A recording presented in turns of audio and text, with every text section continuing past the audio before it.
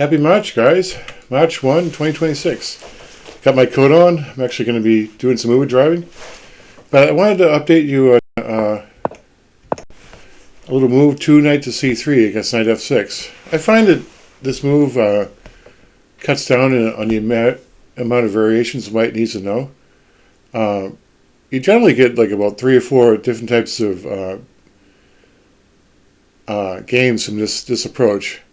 You get the approach in the game, or maybe black plays e6 or g6, and so the amount of theory you need to study is really cut down when you use this move order. In this game, black chooses to play the classical d5, perfectly fine. We play the main Veresov move, and after the natural e6, we actually transpose the game back into the French defense, which black may or may not be aware of or prepared for the game on. I'm comfortable playing white against the French. I would say that actually the position on the board happens almost in half the games I get when I play 2 to knight to c3, so that cuts down the amount of theory that you have to study. In this game, black chooses to play it like it's a burn, and after I recapture, I continue with bishop takes knight. The reason why bishop takes knight, not knight takes knight, is that this only exchanges one set of pieces, where if knight takes knight, bishop takes knight, you almost have to trade this too. So you want to keep pieces on the board for attacking reasons. So for that reason, we take with the bishop. The pawn is attacked, and I can never seem to remember this, but I think that the most precise move here is c3. In this position, I played knight f3, which is certainly natural. And the game transposed into the usual setup. So I followed up with c3 to shore up this point and prepare the path for the bishop to d3.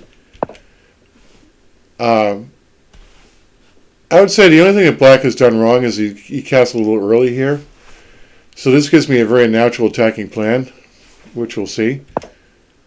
It's not yet fatal, but I certainly have clarity as to where I need to attack now. I have a style where I'd like to get my king into safety before I launch the attack. h4 is tempting, but my style involves, first of all, getting the king into safety, so this makes preparations for queenside castling here. Black continues with the unobjectionable knight to d7, and now I've completed my development. This is a common position that you get, which shows the benefit of 2 knight to c3, because you can really dig into these positions.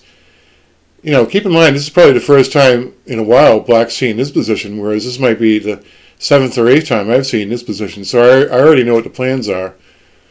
So left on his own resources, black plays an imprecise rook to c8. Like, this idea of attacking the king is never really, along the c-file, is never going to get off the ground. So I continue with the natural h4, which is the whole point. In opposite side castling, Paul Carey's wrote, "You must do the pawn storm." He wrote that in his book, The Art of the Middle Game in Chess, which is a forgotten classic. And here, black plays on general principles and says, well, the attack in the flank must be met with the break in the center, but there's a specific tactical drawback to this. Basically, there'll be a loose piece on e5, so after something like d takes e, knight takes e, knight takes knight, bishop takes knight, knight to g5, for example, white just has too many threats. This pawn is attacked, this bishop is attacked, and I'm threatening bishop takes h7 and rook takes d8, so too many threats. So for that reason, after my d takes e5, he just admitted his mistake and went bishop to e7. So we keep on attacking with a natural knight to g5, attacking this pawn. Black chooses to respond with h6, putting the question to the knight. And now we see the benefit of this extra double pawn, because it's almost like a game of Space Invaders. You know how you have those shields in front of your your main base. Well, we want to get rid of black shields here, so this little move e6 is helping get rid of black shields. And after pawn takes, I actually didn't. I chose to take on d7 because queen takes d7 is out of the question because bishop h7 check and rook takes d7. And you see a further drawback of this rook on c8. It's just a full tempo loss. He has to move the rook now. We continue to open lines. I could have taken maybe this h-pawn, but this is perhaps even more precise because the threat is queen to h5.